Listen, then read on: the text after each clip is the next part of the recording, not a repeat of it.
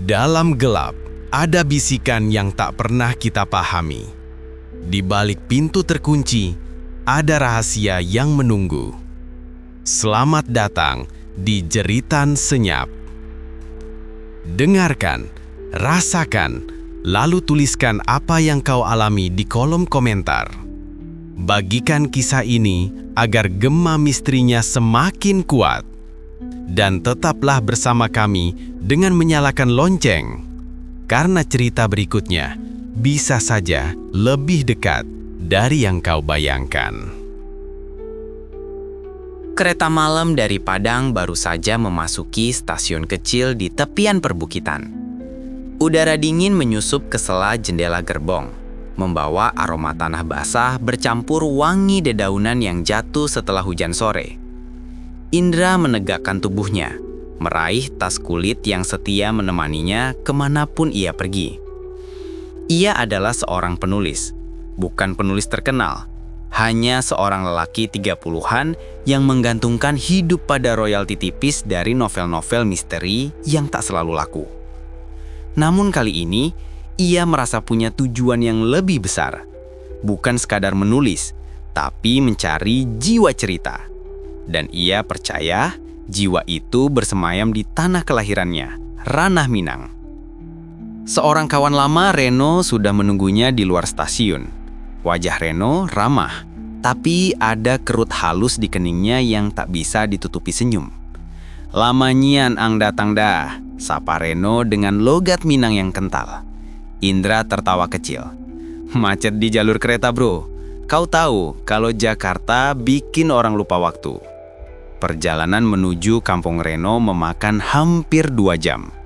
Jalanan berliku, melewati hutan karet dan sawah luas yang memantulkan sinar bulan separuh. Di kejauhan, berdiri gunung yang pucuknya tertutup kabut, seperti raksasa yang mengawasi. Mobil tua yang mereka kendarai berderit di tikungan, membuat Indra sesekali menggenggam erat kursi. "Jadi, kau yakin mau menginap di rumah gadang itu?" Reno memecah keheningan. Indra menoleh, tersenyum tipis. "Itu kan rumah leluhurmu. Katanya sudah lama kosong. Bagus untuk riset novelku. Aku ingin menulis sesuatu yang lebih otentik." Reno tidak langsung menjawab.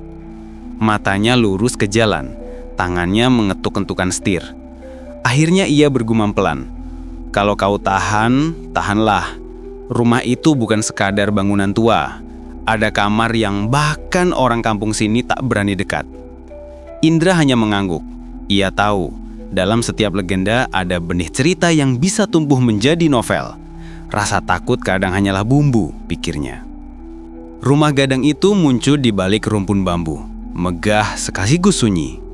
Atap gonjongnya yang runcing menusuk langit malam. Siluetnya bagai tanduk kerbau raksasa. Dinding kayu berukir penuh motif bunga dan lengkung, tapi warnanya pudar dimakan usia.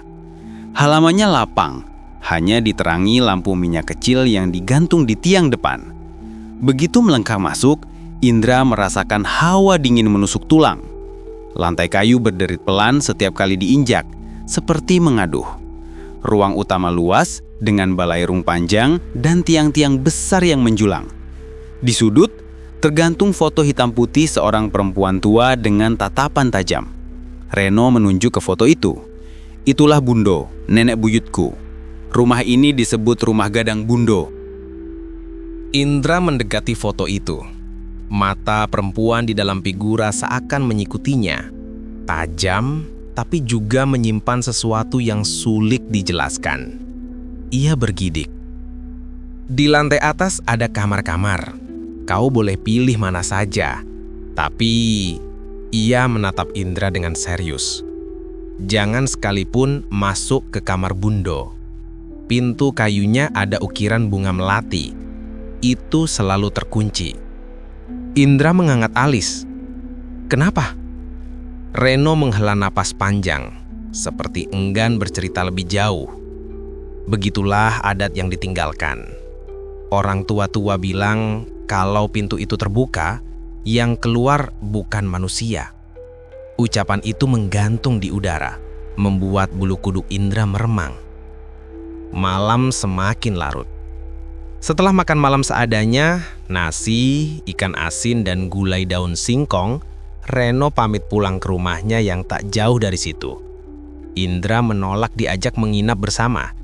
Ia ingin merasakan sendiri atmosfer rumah gadang. Baginya, kesunyian justru bagian dari riset. Sendirian, ia berjalan mengelilingi balai ruang. Sesekali angin malam meniup gorden tipis yang tergantung di jendela, membuat kain itu melambai seperti tangan gaib. Ia menyalakan lampu minyak, cahaya temaramnya menimbulkan bayangan panjang di dinding. Ia naik ke lantai atas. Dari tangga mengiringi langkahnya, seperti protes. Lorong kayu itu sempit, dengan pintu-pintu kamar di kanan kiri. Dan di ujung lorong itulah ia melihatnya. Sebuah pintu kayu tua, dihiasi ukiran bunga melati yang mulai pudar. Pintu itu berbeda dari yang lain. Hawa dingin merambat dari celah-celahnya, membuat ia merasakan semacam bisikan yang tak terdengar jelas. Ia mendekat, menempelkan telinganya. Hanya ada hening. Tapi entah mengapa, jantungnya berdetak lebih cepat. "Jangan sekalipun masuk ke kamar Bundo," kata-kata Reno kembali terngiang. Indra tersenyum sinis pada dirinya sendiri. Ia menepuk-nepuk pipi, lalu berbalik menuju kamar yang dipilihnya. Tapi sebelum masuk, ia melirik sekali lagi ke arah pintu itu. Dan ia bersumpah melihat sesuatu. Bayangan samar seorang perempuan berdiri di balik ukiran kayu, seolah menunggu. Ia menggeleng cepat, menutup pintu kamarnya, dan berbaring di ranjang kayu yang dingin. Namun mata tak kunjung terpejam. Dari arah lorong, ia merasa mendengar sesuatu. Sebuah suara yang nyaris seperti tarikan napas panjang. Indra menarik selimut. Untuk pertama kalinya sejak tiba, ia benar-benar merasa diawasi. Pagi datang dengan cahaya pucat yang menembus celah jendela kayu. Suara ayam berkokok bersahut-sahutan dari kejauhan, berpadu dengan desir angin yang menelusup dari sela dinding. Indra terbangun dengan kepala berat, seperti baru melewati mimpi yang panjang dan melelahkan. Ia bangkit dari ranjang, mendapati selimutnya terlepas ke lantai. Tubuhnya dingin dan agak lemas. Sesaat, ia mengingat perasaan aneh tadi malam. Suara tarikan nafas samar dari lorong, bayangan perempuan di balik pintu ukiran bunga melati, tapi logikanya cepat mengambil alih. Mungkin hanya imajinasi yang kelelahan. Ia datang ke sini bukan untuk jadi penakut. Setelah membersihkan diri seadanya, ia turun ke halaman. Udara pagi segar. Namun, entah kenapa aroma lembab kayu tua dan bunga melati samar masih tercium. Di depan rumah, Reno sudah menunggu bersama seorang lelaki tua berjubah hitam dan berkepala pelontos. Lelaki itu bertopang pada tongkat kayu, sorot matanya tajam, tapi penuh kehati-hatian. "Indra, ini Angku Marajo," kata Reno memperkenalkan. Tetua kampung yang juga penjaga adat di sini. Indra menyalami lelaki itu dengan hormat. Tangan Angku dingin, cengkramannya kuat meski keriput. "Anak muda," ucapnya dengan suara berat. "Aku dengar kau penulis, datang dari jauh untuk mencari cerita. Benar, Angku? Saya ingin menulis tentang rumah gadang, tentang filosofi dan mungkin juga mitos di dalamnya." Angku Marajo menatap lama, seakan mencoba menembus isi kepala Indra. "Mitos bukan sekedar hiasan kata. Di sini, yang disebut mitos adalah darah. Kadang juga bisa jadi jerat." Indra menelan ludah. Kata-kata itu terasa seperti peringatan yang dibungkus puitis. Ia menunggu kelanjutannya, tapi Angku malah berpaling ke Reno. "Kau sudah bilang padanya?" "Sudah, Angku. Tentang kamar Bundo." Angku Marajo mengangguk pelan. Bagus. Ingat anak muda, jangan coba-coba mendekat. Pintu itu terkunci bukan karena kayunya rapuh, tapi karena di baliknya ada yang terikat. Indra mencoba tersenyum, meski dadanya terasa berat. Saya mengerti, Angkuh. Saya hanya ingin menulis, tidak lebih. Tetua itu mendekat. Jarak wajahnya hanya sejengkal dari Indra. Nafasnya beraroma sirih, bercampur pahit. Menulis berarti membuka. Hati-hati jangan sampai yang terbuka bukan hanya kertasmu. Hening sejenak. Lalu ia berbalik. Melangkah pergi dengan tongkatnya berketuk pelan di tanah. Reno menatap Indra. Rautnya serius. Dia jarang bicara panjang dah. Kalau sudah memberi peringatan begitu, artinya ada yang dia tahu tapi tak bisa diucapkan. Indra mengangguk, pura-pura tak terguncang. Padahal hatinya berdebar aneh. Siang itu Indra berjalan-jalan di sekitar kampung. Rumah gadang berdiri megah di sisi bukit, dikelilingi pepohonan rindang dan kebun kopi. Beberapa warga menyapa ramah. Tapi begitu ia menyebut dirinya menginap di rumah gadang Bundo, ekspresi mereka berubah. Ada yang tersenyum kaku, ada pula yang langsung menghindar. Seorang ibu tua sedang menjemur padi, menatapnya penuh iba. "Jangan berlama-lama di sana, Nak," katanya lirih. "Banyak yang tak kuat." Indra mendekat. "Apa maksudnya, Mak?" Ibu itu menunduk, menabur padi dengan tangan gemetar. "Di kamar itu, Bundo masih ada. Bukan tubuhnya, tapi bayangannya. Yang masuk jarang kembali utuh." Indra tercekak. Ia ingin bertanya lebih jauh, tapi perempuan itu buru-buru mengangkat padi ke tampah lain, pura-pura sibuk. Ia tahu, percuma memaksa. Sore menjelang. Indra kembali ke rumah gadang, membawa catatan penuh sketsa, deskripsi ukiran kayu, dan sedikit gosip warga.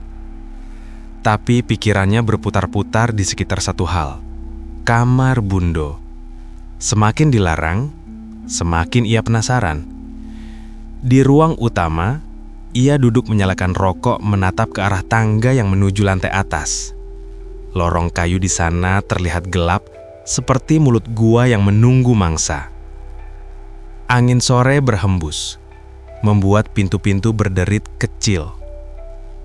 Indra merasakan sesuatu. Tatapan. Ia mendongak. Foto tua Bundo di dinding seakan menatapnya lebih tajam dari sebelumnya.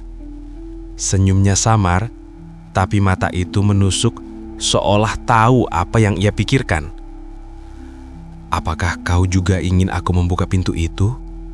Gumam Indra pelan setengah mengejek dirinya sendiri. Rokoknya habis. Ia berdiri. Tapi sebelum melangkah, telinganya mendengar suara samar. Bunyi lirih seperti kain diseret di lantai atas. Suara itu datang dari arah lorong kamar. Indra menahan nafas. Hatinya ingin naik, tapi otaknya menahan. Ia mengingat ucapan Angkuh, "Jangan coba-coba mendekat." Akhirnya ia memutuskan masuk ke kamar tidurnya, mencoba menutup telinga. Tapi malam nanti, ia tahu, suara itu akan kembali. Dan kali ini, mungkin lebih dekat. Udara malam di Ranah Minang selalu membawa aroma tanah basah bercampur dengan wangi kayu tua. Setelah malam pertamanya dihantui mimpi aneh, Indra berusaha meyakinkan diri bahwa semua itu hanya permainan imajinasinya yang terlalu lelah. Namun, rasa penasaran tak bisa ditepis. Malam kedua, ia sengaja terjaga lebih lama, duduk di ruang tengah rumah gadang dengan lampu minyak kecil yang berkelip tak tenang. Angin dari celah jendela menimbulkan suara berderip seolah rumah itu bernapas. Jam dinding tua menunjukkan pukul 11 lewat sedikit. Ia membuka laptop, mencoba menulis catatan riset, tapi perhatiannya selalu tertarik ke arah koridor gelap, arah kamar Bundo yang terkunci. Setiap kali ia menoleh, bayangan pintu itu seperti memanggil, memberi isyarat samar. "Kenapa aku jadi begini?" gumamnya sambil meneguk kopi instan yang sudah dingin. "Cuma pintu terkunci kok, bisa bikin aku seperti dikejar-kejar." Seolah menjawab bisikannya, suara klik halus terdengar. Indra menegakkan tubuh, jantungnya berdegup. Pintu kamar itu, yang biasanya rapat tertutup, kini perlahan bergerak, membuka celah hitam menganga. Indra berdiri, langkahnya berat, seakan dipanggil kekuatan tak kasat mata. Ia membawa lampu minyak kecil mendekat. Dari celah pintu, samar terlihat kain songket merah terhampar di ranjang kayu. Aroma harum bunga kenanga bercampur wangi tubuh wanita memenuhi udara, tajam sekaligus memabukkan. Tangannya ragu, namun ia tetap mendorong pintu. Berderit panjang, seperti keluhan dari kayu berusia ratusan tahun. Cahaya lampu memperlihatkan kamar sederhana, tapi auranya tak biasa. Dinding dihiasi ukiran Minang yang sebagian retak. Ranjang kayu besar berdiri angkuh, dan di atasnya selendang songket merah terlipat rapi. Indra melangkah masuk, tak mampu menahan rasa ingin tahu. Saat ia menyentuh kain itu, hawa dingin menjalari jemarinya. Selendang itu terasa basah, padahal tak ada air. Sejenak, ia memejamkan mata. Lalu terdengar suara samar, nyanyian lirik perempuan, seperti dendang Minang yang direndahkan nadanya. Suara itu mendekat, mendesir ke telinganya. Ketika ia membuka mata, di tepi ranjang sudah berdiri seorang perempuan. Tubuhnya tinggi, balutan baju adat Minang melekat pada tubuh sintal, dada sedikit terbuka, dan rambut panjang terurai hitam berkilau. Wajahnya jelita, terlalu jelita untuk nyata. Bibirnya merah, matanya memancarkan pesona yang sulit ditolak. "Indra." Suara itu lembut, tapi menusuk hati, seperti ia sudah mengenalnya sejak lama. Indra terdiam. Ia ingin bertanya, tapi lidahnya keluh. Perempuan itu mendekat. Jemarinya menyentuh pipi Indra, dingin, namun membuatnya bergidik nikmat. Pandangan Indra kabur. Tubuhnya ringan seolah melayang. Ia merasa seperti jatuh dalam pelukan rasa rindu yang tak pernah ada sebelumnya. Tangan perempuan itu bergerak ke dadanya, meninggalkan jejak dingin menusuk. Indra setengah sadar menutup mata, merasakan sesuatu antara hasrat dan ketakutan. Namun dalam sekejap, suasana berubah. Aroma harum berganti amis besi. Jemari yang semula lembut, kini terasa kasar, seperti kuku tajam menggores kulit. Indra membuka mata. Wajah cantik itu kini berubah. Mata hitam legam tanpa bola mata, bibir sobek hingga telinga, dan dari sela bibirnya menjulur lidah panjang bercabang. Rambut yang tadi indah terurai, kini seperti belitan akar kering yang menyentuh kulitnya. "Jangan!" Indra berbisik, berusaha mundur. Tapi tubuhnya terpaku. Ia ingin menjerit. Suaranya tertahan di kerongkongan. Perempuan itu mendesis. Lidahnya nyaris menyentuh wajah Indra. Namun tiba-tiba, lampu minyak di tangannya bergetar. Cahayanya membesar, lalu padam. Ruangan tenggelam dalam gelap total. Dalam kegelapan itu, hanya terdengar desis panjang, diikuti suara tawa perempuan yang bergema di seluruh kamar. Indra terjatuh ke lantai. Napasnya memburu. Saat ia mencoba meraih pintu, lampu minyak kembali menyala sendiri. Dan kamar itu kosong. Tak ada perempuan, tak ada suara. Hanya selendang songket merah yang kini tergeletak di lantai, lembab dan berbau tanah kuburan. Indra tergoncang. Ia memungut lampu minyak, lalu lari keluar dari kamar. Di koridor, ia menoleh sebentar. Pintu kamar Bundo sudah tertutup rapat kembali, seakan tak pernah terbuka. Tengah malam itu, Indra tak mampu tidur. Tubuhnya gemetar, dadanya perih seperti digores. Saat ia membuka bajunya, Terlihat goresan-goresan halus memanjang di kulitnya, seperti bekas kuku tangan perempuan. Pagi itu, cahaya matahari menembus celah dinding rumah Gadang, menyinari wajah Indra yang masih pucat. Ia terbangun dengan tubuh lemas, keringat dingin membasahi punggung. Ketika bangkit dan menyingkap bajunya, bekas goresan halus di dadanya semakin jelas. Garis-garis merah itu bukan mimpi. Ia menyentuhnya, perih seakan baru saja digores kuku. Indra menelan ludah. Malam itu nyata, perempuan dengan mata hitam dan lidah bercabang itu bukan ilusi. Di dapur, Mak Uniang tengah menjerang air. Wajahnya cerah seperti biasa. Namun begitu melihat Indra, matanya menajam. "Indra, wajah kau pucat sekali. Kau sakit?" tanyanya. Indra mengeleng, mencoba tersenyum. "Hanya kurang tidur, Mak." Mak Uniang mendesah, lalu menuangkan kopi ke cangkir. "Kau tidak mendengar apa-apa semalam?" Pertanyaan itu membuat Indra tercekat. Ia meneguk kopi panas cepat-cepat mencoba menutupi rasa gugup. Tidak, hanya susah tidur. Tapi dalam hati ia tahu Mak Uniang merasakan sesuatu. Wanita tua itu berjalan pelan ke arah koridor, menatap lama ke pintu kamar Bundo yang tertutup rapat. Bibirnya komat kamit, lalu ia kembali duduk. Tatapannya sendu. "Jangan terlalu dekat dengan yang bukan milikmu," katanya lirih. Lebih seperti nasihat pada diri sendiri ketimbang pada Indra. Indra menahan nafas. Ada sesuatu yang sengaja ditutupi. Namun ia memilih diam, mencatat kalimat itu dalam benaknya. Siang harinya, ia mencoba melanjutkan riset. Di meja kayu, ia membuka buku catatan dan menulis pengalamannya. Namun setiap kali ia menggores pena, pikirannya selalu kembali pada sosok itu. Wajah jelita yang berubah mengerikan, aroma kenanga bercampur amis besi, dinginnya sentuhan jemari. Bayangan itu membuat bulu kuduknya meremang sekaligus, anehnya, membangkitkan rasa rindu. "Kenapa aku malah ingin bertemu lagi?" gumamnya, kesal pada dirinya sendiri. Saat malam mulai turun, ia kembali gelisah. Rumah Gadang yang siang tadi terasa hangat, kini berubah menjadi ruang gelap penuh bisikan. Angin malam membawa suara-suara samar, seperti tawa perempuan dari jauh. Indra menutup laptopnya, menyalakan lampu minyak dan duduk di ranjang. Jam menunjukkan hampir tengah malam. Hening. Hanya suara jangkrik dan sesekali lolongan anjing jauh di bukit. Lalu tiba-tiba, bisikan itu datang.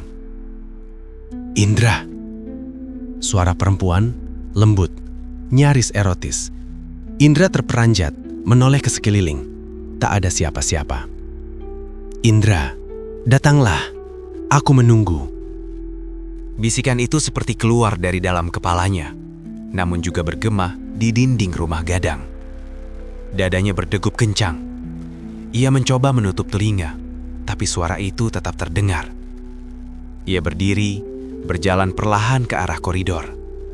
Lampu minyak di tangannya bergetar. Cahayanya menari di ukiran-ukiran dinding yang tampak seperti wajah-wajah menyeramkan. Pintu kamar Bundo masih tertutup. Namun dari celah bawah pintu, terlihat cahaya samar merah, seperti nyala api atau cahaya lilin. Indra tertegun. Suara itu semakin jelas. "Masuklah, aku milikmu." Tangannya terangkat sendiri, hendak menyentuh gagang pintu. Namun tepat ketika jari-jarinya hampir menyentuh kayu, terdengar suara keras. Gerebuk. Dari balik kamar, seperti sesuatu jatuh dari langit-langit. Indra tersentak, mundur selangkah. Lampu minyak padam, gelap total. Dalam gelap itu, bisikan berubah menjadi denggusan. Nafas perempuan, berat, dekat sekali di telinganya. Indra kaku, tubuhnya bergemetar. Ia bisa merasakan hembusan nafas dingin di lehernya, lalu sesuatu yang basah menyentuh kulitnya. Lidah. Ia hampir menjerit, namun tubuhnya lumpuh. Hanya matanya yang terbuka lebar menatap gelap. Dalam detik itu, ia sadar. Sosok itu tidak hanya menunggu di dalam kamar Bundo. Ia kini sudah berada di luar, mengitarinya, mendekapnya dengan sesuatu yang tak kasat mata. Tiba-tiba, dari ruang tengah terdengar suara keras. Tok, tok, tok. seperti alu menumbuk padi di lesung. Suara itu membuyarkan konsentrasi Indra. Gelap yang menindihnya perlahan mereda. Dan ketika ia sadar, ia sudah terduduk di lantai koridor dengan tubuh berkeringat dingin. Ia segera meraih korek api, menyalakan kembali lampu minak. Koridor kosong, pintu kamar Bundo tertutup rapat. Tak ada cahaya merah. Indra mengatur nafas. Jantungnya berdegup liar. Ketika ia menoleh ke tangannya, ia terperanjat. Di sana, pada pergelangan, ada bekas cengkraman. 5 garis merah seperti kuku perempuan yang baru saja menggenggamnya erat. Indra mundur, lalu berlari kembali ke kamarnya, menutup pintu dan menyenderkannya dengan kursi. Ia jatuh terduduk, gemetar hebat. Di luar pintu, samar terdengar suara perempuan tertawa lirih, panjang, bergema di seluruh rumah Gadang. Pagi itu, Indra terbangun dengan tubuh lemas. Malam sebelumnya, seperti mimpi buruk yang nyata. Bisikan, sentuhan, dan bekas kuku masih membekas di pergelangan tangannya. Ia memandangi jejak itu lama, berharap bisa menemukan jawaban logis. Tapi semakin ia menatap, semakin ia yakin ini bukan hal yang bisa dijelaskan dengan akal sehat. Saat ia turun ke dapur, aroma kopi hangat menyambut. Ma Uniang sudah duduk di bangku kayu. Pandangannya menerawang keluar jendela. Begitu Indra masuk, perempuan tua itu menoleh. Sorot matanya tajam, seakan tahu apa yang terjadi. "Kau tidak tidur semalaman, kan?" Suaranya lirih, namun penuh tekanan. Indra terdiam. Ia ingin berbohong, tapi mulutnya kaku. Akhirnya ia mengangguk pelan. Ada suara. Ada sesuatu di koridor. Ma Uniang menghela napas panjang. Jemarinya yang keriput menggenggam cangkir dengan kuat, seakan menahan sesuatu yang lama ia sembunyikan. "Indra," katanya perlahan, "kau harus tahu, rumah Gadang ini bukan sembarang rumah. Setiap kamar punya sejarahnya. Dan kamar yang paling tak boleh diganggu adalah kamar Bundo." Indra menelan ludah. Ia sudah menduga, tapi mendengar langsung dari Ma Uniang membuat jantungnya berdebar lebih cepat. "Apa yang ada di sana?" tanyanya, suaranya nyaris berbisik. Ma Uniang menatap lama ke arah pintu kamar itu, meski dari dapur hanya terlihat sebagian koridor. Itu dulu kamar seorang Bundo kandung, perempuan terpandang, penjaga marwah suku ini. Dia dikenal cantik rupawan, pandai berdendang, sekaligus tegas. Banyak lelaki terpikat, tapi ia hanya mencintai seorang perantau. Sayangnya, lelaki itu mengkhianatinya, pulang dengan istri lain. Dari situlah segalanya berubah. Indra mendengarkan, tubuhnya merinding. Ma Uniang melanjutkan, suaranya bergetar seperti mengingat luka lama. Bundo itu menutup diri di kamar, berhari-hari tak keluar. Hanya terdengar suara tangisan lalu tawa. Warga kampung bilang ia mencari jalan sendiri. Ia menutup hidupnya dengan cara yang tak patut disebut. Setelah itu, kamar itu selalu terkunci. Tapi setiap beberapa tahun, ada saja orang yang penasaran, mencoba masuk. Dan setiap kali itu terjadi, ada yang jatuh sakit, ada yang hilang akal, ada yang mati muda. Indra tercekak. Ingatannya melayang ke malam sebelumnya. Wajah cantik yang berubah mengerikan, lidah bercabang, sentuhan yang menimbulkan bekas nyata. "Apa dia masih di sana?" tanya Indra hati-hati. Ma Uniang menunduk, bibirnya gemetar. Arwahnya tak pernah pergi. Ia haus cinta, haus dendam. Siapapun lelaki yang mendekat, ia rayu. Ia ingin mereka mengisi kekosongan yang ditinggalkan pengkhianatan itu. Tapi pada akhirnya, yang tinggal hanya tubuh lemah dan jiwa yang terkuras. Indra merinding, tetapi sekaligus merasa tertarik. Ada magnet yang sulit ia lawan. "Aku sudah melihatnya, Mak. Indra berhenti. Sulit menggambarkan. Dia cantik, sekaligus mengerikan. Mauniang menatapnya tajam. Matanya berkilat. Kalau kau sudah melihat wajahnya, berarti kau sudah dipilih. Dia menandaimu. Indra tersentak. Ingat kembali bekas cakar di dadanya, genggaman di pergelangan tangannya. Apa yang harus aku lakukan? Suaranya bergetar. Mauniang terdiam lama. Ia menutup mata, lalu berbisik lirih seperti doa.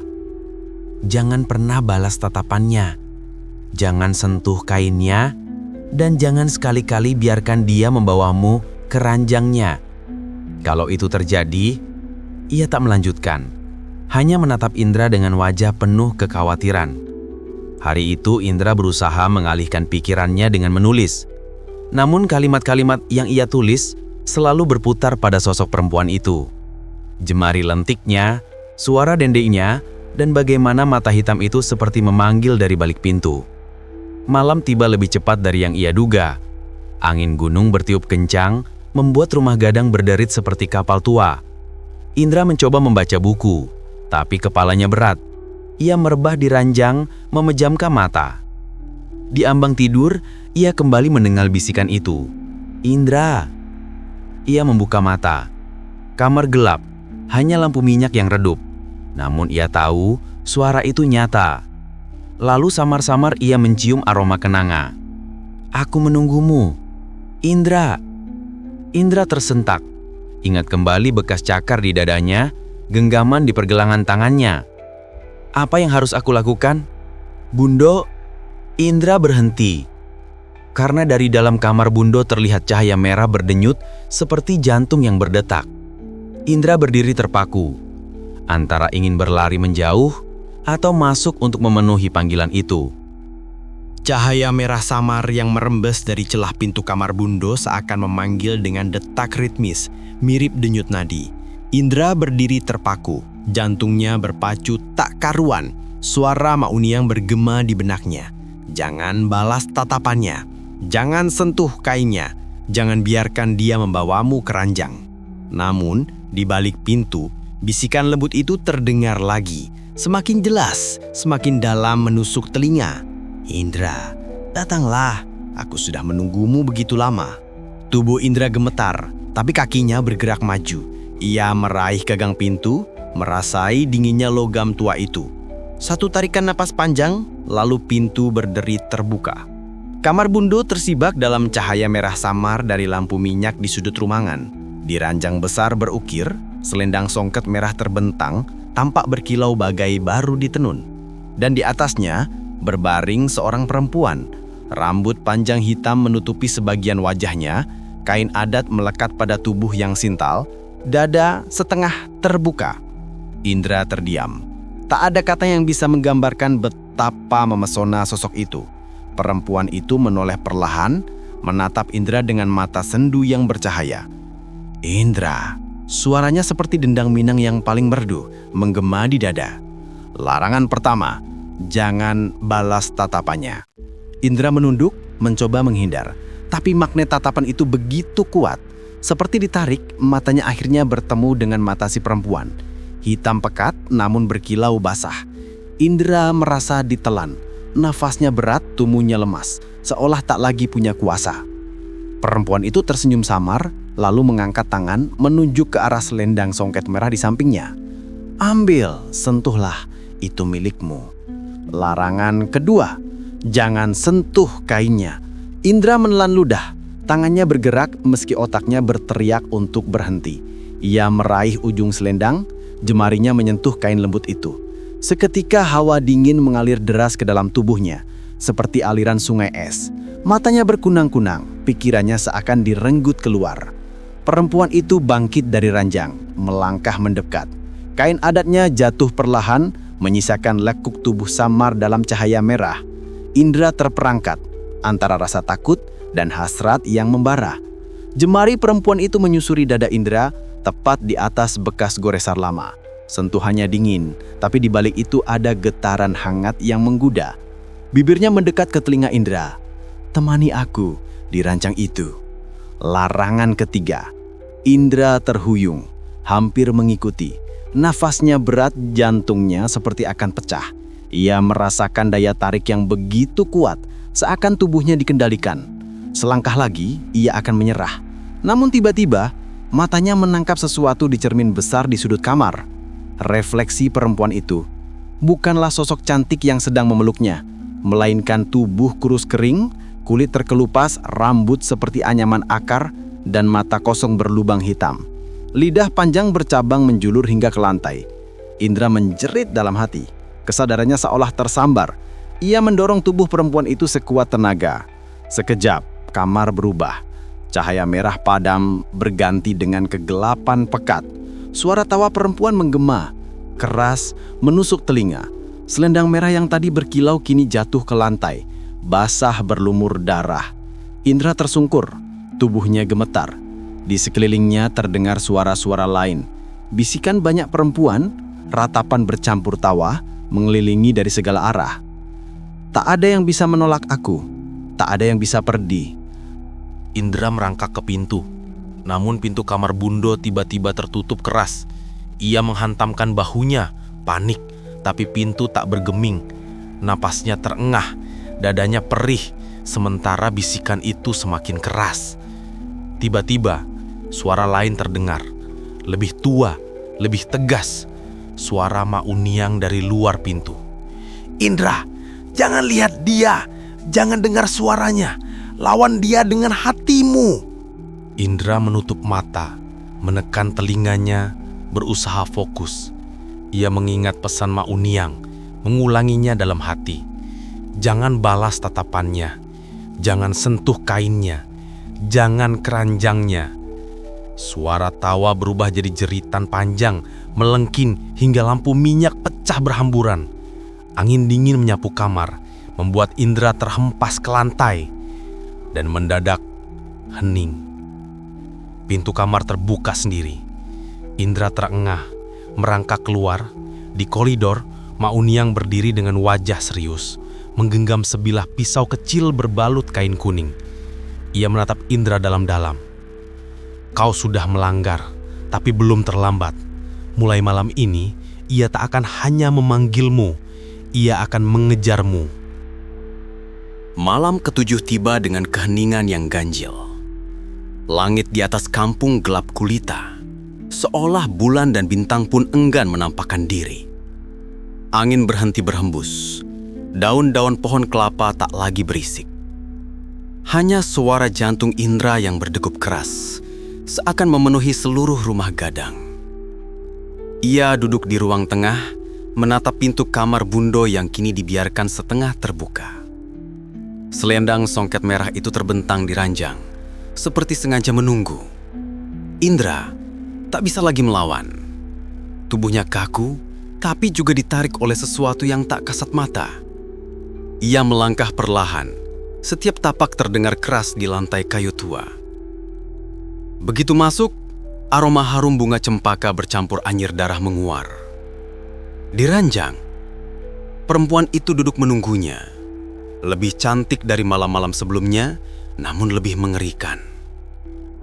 Songket merah melilit pinggangnya, dadanya terbuka, kulitnya pucat bercahaya di bawah sinar minyak yang bergoyang pelan. Matanya hitam pekat, tanpa cahaya, namun penuh janji manis. "Indra." Suaranya mendesah, lembut, merayu, sekaligus menuntut. "Malam ini kau jadi milikku sepenuhnya." Indra merasa tubuhnya melayang, tak lagi dikendalikan oleh kehendak sendiri. Ia mendekat, tangannya terurung tanpa sadar, menyentuh bahu perempuan itu. Hangat, tapi juga dingin seperti air kuburan. Tubuhnya gemetar, antara takut dan gairah yang tak bisa ia pahami. Tiba-tiba, perempuan itu merengkuhnya, mendorongnya ke ranjang. Selendang merah membelit pinggangnya, lalu merayap seperti ular hidup. Indra terjerat, tak bisa bergerak. Nafasnya tercekat, tapi matanya terpaku pada wajah jelita itu. Wajah yang kemudian berubah. Dada putihnya terbelah, dan dari celah itu muncul lidah bercabang panjang berwarna hitam, berdenyut seperti organ hidup. Indra ingin menjerit, tapi suaranya terkunci. Lidah itu menjilat lehernya, meninggalkan bekas basah dan panas terbakar. Di luar kamar, terdengar suara langkah-langkah tergesa-gesa, seperti orang berlari di serambi rumah gadang. Tapi tak seorang pun datang. Hanya suara-suara samar memanggil namanya.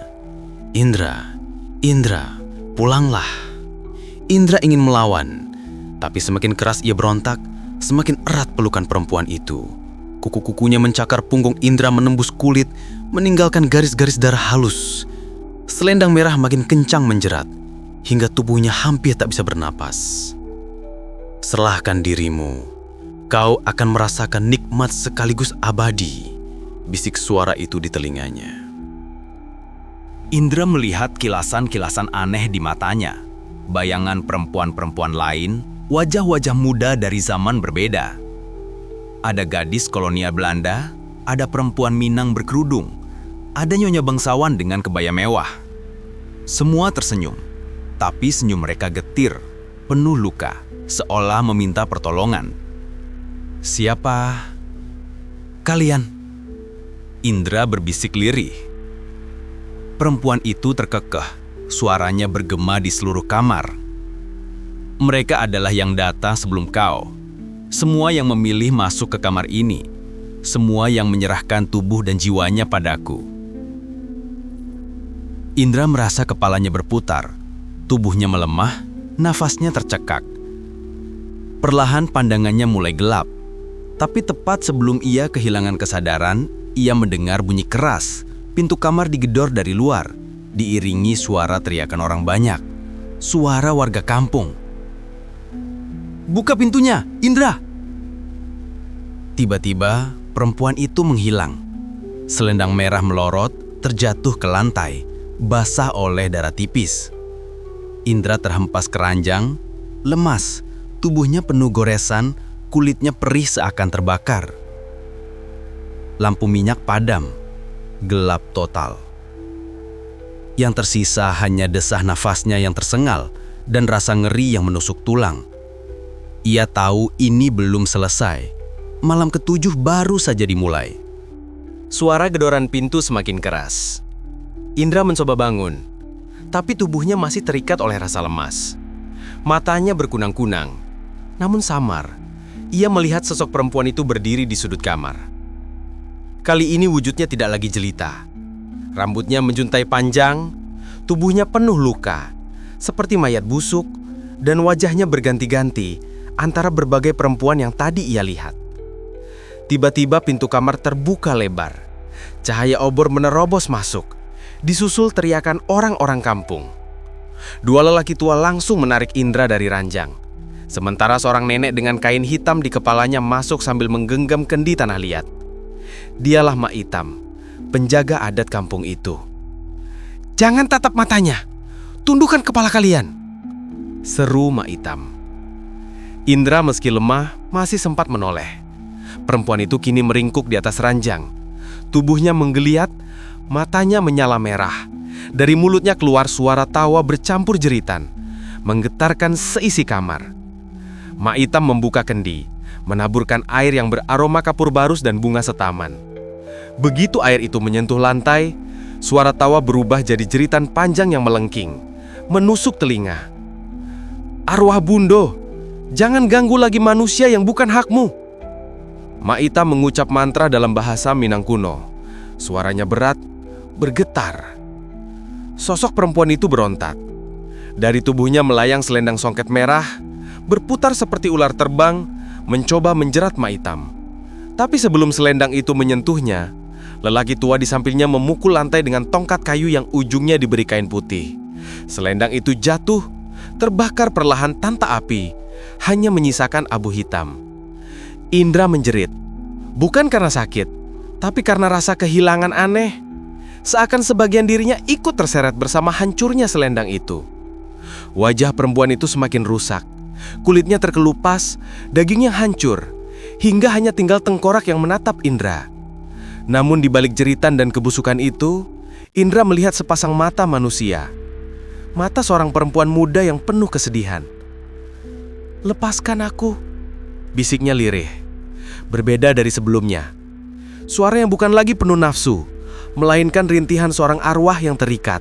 Mak Itam berhenti membaca mantra, menunduk. Kau bukan iblis. Kau bundo yang mati teraniaya, bukan? Air mata Indra jatuh tanpa ia sadari. Ada rasa iba bercampur ngeri. Arwah itu mengangguk pelan, lalu tubuhnya mulai pudar. Jeritanya mereda, berganti dengan suara isakan. Perlahan ia lenyap, hanya meninggalkan aroma bunga cempaka yang samar. Sunyi. Indra pingsan di pelukan warga. Pagi harinya, Indra terbangun di ruang tengah rumah Gadang. Tubuhnya penuh berban. Mak Itam duduk di sampingnya, menatapnya dengan mata yang penuh beban.